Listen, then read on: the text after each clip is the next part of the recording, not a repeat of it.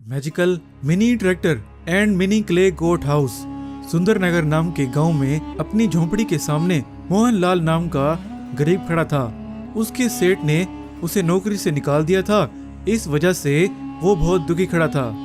सेठ की तो फैक्ट्री में लेटेस्ट मशीन्स आ गई हैं, अब से तुम्हारा काम वो मशीन्स करेंगी, अब तुम्हारी जरूरत नहीं है कहकर नौकरी से निकाल दिया। पहले तो मुश्किल से 2 वक्त का खाना खाकर गुजारा हो जाता था, अब हम क्या करेंगे। मोहनलाल ऐसा बोल रहा था कि वहीं उसका बेटा पिंटू एक ठेले पर भंगार से एक मिनी ट्रैक्टर के पार्ट्स ले आया। पिताजी ये देखिए, मैं भंगार से मिनी ट्रैक्टर के पार्ट्स लाया हूँ, इन पार्ट्स में से दोबारा से एक मिनी ट्रैक्टर बनाऊंगा। उस सेठ ने आपको नौकरी से निकाल दिया तो क्या हुआ, हम इस मिनी ट्रैक्टर से अपना खुद का बिजनेस स्टार्ट करेंगे। वैसे पिंटू उस मिनी ट्रैक्टर के पार्ट्स को जोड़कर एक मिनी ट्रैक्टर बनाने लग गया। ऐसे कुछ ही दिनों में पिंटू ने उन भंगार के पार्ट्स को मिलाकर एक बहुत ही कमाल मिनी ट्रैक्टर बना लिया था। उस मिनी ट्रैक्टर को देखकर मोहनलाल भी बहुत खुश हुआ। पिताजी मैंने जो कहा था मैंने कर दिया, अब इस मिनी ट्रैक्टर की मदद से हम गांव वालों को कम दाम में खेत जोत देंगे और जो काम वो बड़े ट्रैक्टर वाले ज्यादा पैसे लेकर करते हैं वो हम इस मिनी ट्रैक्टर से कम पैसों में कर देंगे।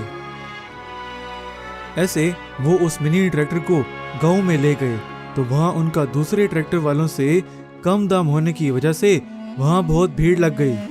तुम्हारा दाम इतना कम है, अब तुमसे अपने खेत का काम करवाएंगे।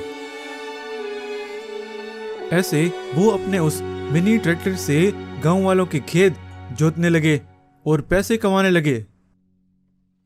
वैसे एक दिन पिंटू अपने उस मिनी ट्रैक्टर को जंगल के रास्ते से घर ला रहा था तो वहां एक बूढ़ा आदमी उसे रोककर, बेटा मैं बहुत दूर से चलते हुए आ रहा हूँ, मैं अब और नहीं चल सकता, क्या तुम मुझे थोड़ा आगे तक छोड़ दोगे, मेरा घर बस थोड़ा ही आगे है।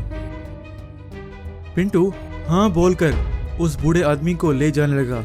ऐसे वो थोड़ा ही आगे पहुंचे थे तो वो आदमी पिंटू से, बस बेटा यहीं रोक दो, मेरा घर बस आ गया है। पिंटू वहीं अपने ट्रैक्टर को रोक दिया। वहीं सामने उस आदमी की एक छोटी सी झोपड़ी थी और उसके साथ बहुत सारा पुराना सामान पड़ा हुआ था।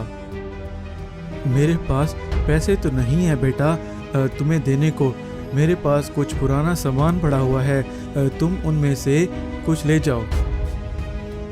पिंटू ने एक अलमारी उठाई और उसे अपने ट्रैक्टर पर रखकर घर ले गया। ऐसे एक दिन पिंटू के घर में अजीत कुमार नाम का एक आदमी अपने कुछ गुंडे लेकर आया। तुम लोग मुझे टाइम पर ब्याज नहीं भर रहे, इसलिए मैंने सोचा तुम लोग मुझे मेरे पैसे दोगे नहीं, इसलिए मैं तुम्हारा मिनी ट्रैक्टर जब्त कर रहा हूँ। अब से वो मेरा होगा, लेकिन मिनी ट्रैक्टर तो हमारा है, हम आपके पैसे जल्दी दे देंगे, आप हमारा मिनी ट्रैक्टर मत ले जाओ। अजीत कुमार ने उनकी जरा भी नहीं सुनी और वो मिनी ट्रैक्टर को लेकर चला गया।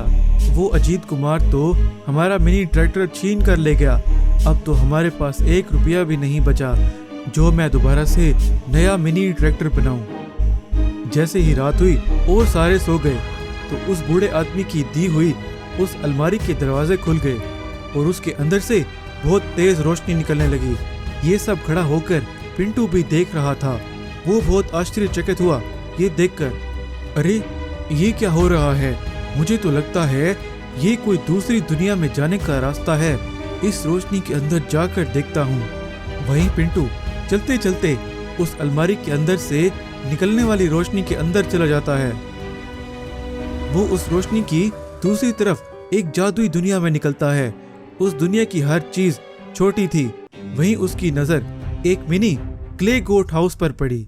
वहां पर छोटी छोटी बकरियां थी।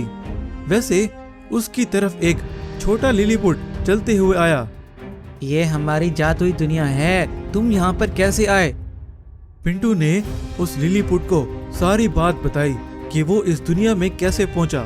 अच्छा, वो बूढ़ा आदमी कोई साधारण इंसान नहीं था, वो एक जादूगर था। अगर उसने तुम्हें इस जादुई दुनिया तक पहुंचने का रास्ता दिया है तो इसकी कोई ना कोई वजह ज़रूर होगी। अब तुम यहाँ आ ही गए हो तो मैं तुम्हारी